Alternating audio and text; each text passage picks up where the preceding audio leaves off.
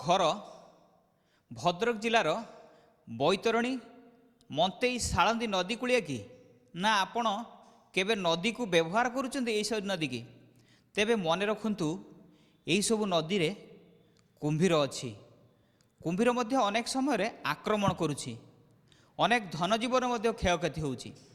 तेबे एक कथा आमे कहूनु, एक कथा खोद वन विभाग मध्य कहूछि। तेबे आमे अछु एबे भद्रक जिलार वाइल्ड लाइफ डिविजन डीएफ सारंकर अच्छु पाखरे अच्छु अधीर कुमार बेहरा सारंग पाखरे अच्छु। तांकठारु आमे सूचना पाइबा जे अनेक समय अभियोग आसे जे कि वन विभाग तरफ कुंभीर कौ जगार रही किसी सूचना दि जाए ना। कुंभीर आक्रमण कलापर आमर जो धन जीवन क्षति होउछि सेतिपई वन विभाग दायी। कुंभीर को वन विभाग तांको कुंभीर तांको पाखर रखुना आम नदी कहीं छाड़ुचंती, ये पर अनेक प्रश्न आसे। तेबे याकु नै कि वन विभाग केते लोकों को सचेतन कराउछि, कौन केमती व्यवस्था करिसेंती, आमे डीएफ सारंग ठारु प्रतिक्रिया नबा। सर आपण को संभावना लाइव तरफ स्वागत जनाउछु। सर आमर को नदी रे भद्रक जिलार को नदी रे सर केते परिमाण रे कुंभीर अछंती? आमर साळंदी बैतरणी मंतेई एवं अन्य नदी सब अच्छी भद्रक जिले में से नदी मानक कुंभीर देखा जाती। ये हूँ बौला कुंभीर, तेणु से नदी गुड़िकर देखा जाती। आमर गत वर्ष आम सेंसस करूँ, आम 38 नंबर कुंभीर आम देखी आम स्पट करूँ 38 नंबर गत वर्ष में। ए वर्ष आम जनवरी मस कुंभीर सेंसस हम, तेणु जो जगह कुंभीर देखा जाऊँगी सेंसिटिव जगार से पाख गाँ गुड़ाक बेसी लोकंर भयभीत होता से निमते आम रेगुलर भाव में से गाँ मानक आम मेगा फोन द्वारा आम सचेतनता आम करूँ। ये नदी रे ये जगह कुंभीर देखा जाऊँगी, आपने सावधान हो रुहतु, नदी गुड़ा को बेसी जातु ना। एवं तत्संग संगे से गुड़ाक बेसी भलेबल साइट अच्छी से साइट आमर साइनेज बा साइन बोर्ड आम लगेचु।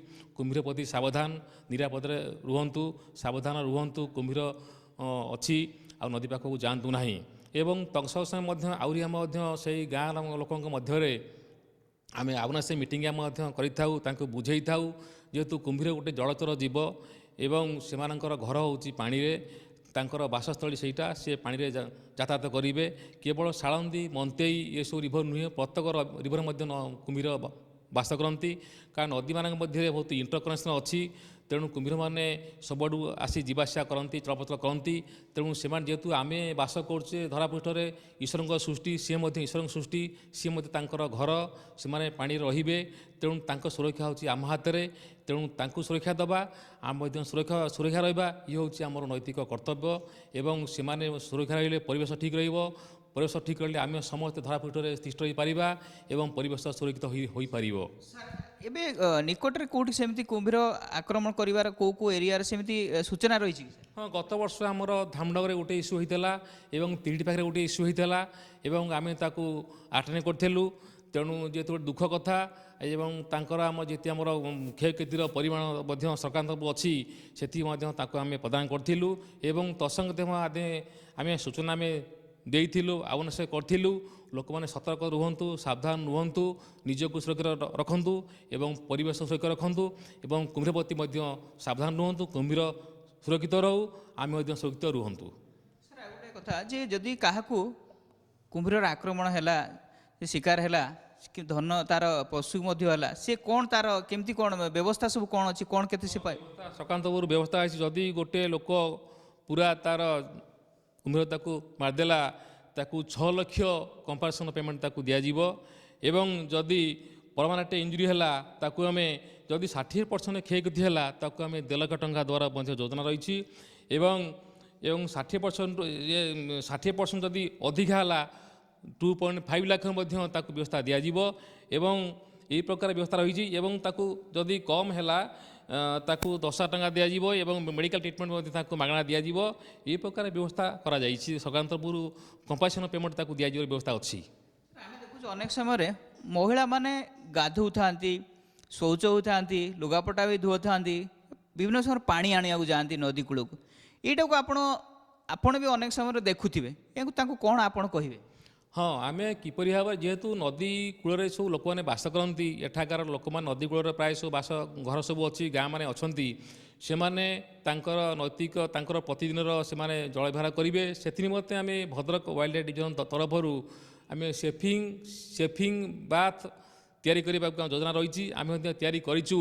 ଧାମନଗର ଏରିଆରେ ଆମେ ଆରମ୍ଭ କରିଛୁ ସେଫ୍ ବାଥିଂ ଘାଟ ଯେଉଁଟା ଆମର ଆରମ୍ଭ ହୋଇଛି।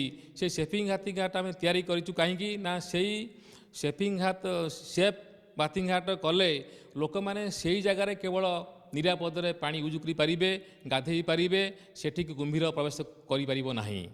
ଆଗାମୀ ଦିନରେ ମଧ୍ୟ ଯେତେ ସବୁ ଭଲନେବଲ୍ ସାଇଟ୍ ଅଛି ଆମ ମଧ୍ୟ ଯୋଜନା ଅଛି ସବୁଆଡ଼େ ଆମେ ସେଫ୍ ବାଥିଂ ଘାଟ ଆମେ କରିବୁ ଏବଂ ଲୋକମାନେ ସୁରକ୍ଷିତ ରହିବେ। ତତ୍ସଙ୍ଗେ ସଙ୍ଗେ ମଧ୍ୟ କୁମ୍ଭୀର ମଧ୍ୟ ସୁରକ୍ଷିତାର ପାଇପାରିବ। ତମାମ ସୂଚନା ଆପଣ ଡିଏଫ୍ ସାର୍ଙ୍କ ପାଖରୁ ଜାଣିପାରୁଥିବେ ଯେ କି କାହାକୁ ସଚେତନ ହେବାର ଆବଶ୍ୟକତା ରହିଛି। ଯେ କୁମ୍ଭୀରର ଘର ଜଳରେ, ସେ ଜଳରେ ହିଁ ରହିବ। ମଣିଷର ଘର ସ୍ଥଳରେ ସେ ତାର କେମିତି ସିଏ ସଚେତନ ରହିବ, ସିଏ ତାର ନିଜ ସୁରକ୍ଷା ନିଜେ କରିବ। ସରକାରଙ୍କ ତରଫରୁ ଯେଉଁ ଆର୍ଥିକ ଯେଉଁ କ୍ଷୟକ୍ଷତି ହେଲା ପରେ ଯାହା ଆପଣଙ୍କୁ ଅର୍ଥ ପ୍ରଦାନ କରାଯାଉଛି, ତାହା ସେହି ଅର୍ଥରେ ଆପଣଙ୍କ ପରିବାର ଉଜୁଡ଼ି ଯାଉଥିବା ପରିବାର କ'ଣ ସଜାଡ଼ି ହୋଇଯାଉଛି କି? ତେବେ ଆପଣଙ୍କୁ ହିଁ ସଚେତନ ହେବାକୁ ପଡ଼ିବ ଏ ଦିଗରେ କେମିତି କୁମ୍ଭୀରର ଆକ୍ରମଣରୁ ଆମକୁ ଶିକାର ହେବାରୁ ରୋକିବାକୁ ପଡ଼ିବ। ତେବେ ମୋଟାମୋଟି ଭାବେ କହିବାକୁ ଗଲେ ଯେ ମଣିଷ ବଞ୍ଚିବ, କୁମ୍ଭୀର ମଧ୍ୟ ସୁରକ୍ଷିତ ରହିବେ, ତାହେଲେ ଆମେ ସମସ୍ତେ ହିଁ ସୁରକ୍ଷିତ ଭାବରେ ରହିପାରିବା। ଭଦ୍ରକ ଚାନ୍ଦବାଲିରୁ କ୍ୟାମେରା ପର୍ସନ ସୌରଭଙ୍କ ସହିତ ବାସୁଦେବ, ସମ୍ଭାବନା ଲାଇଭ୍।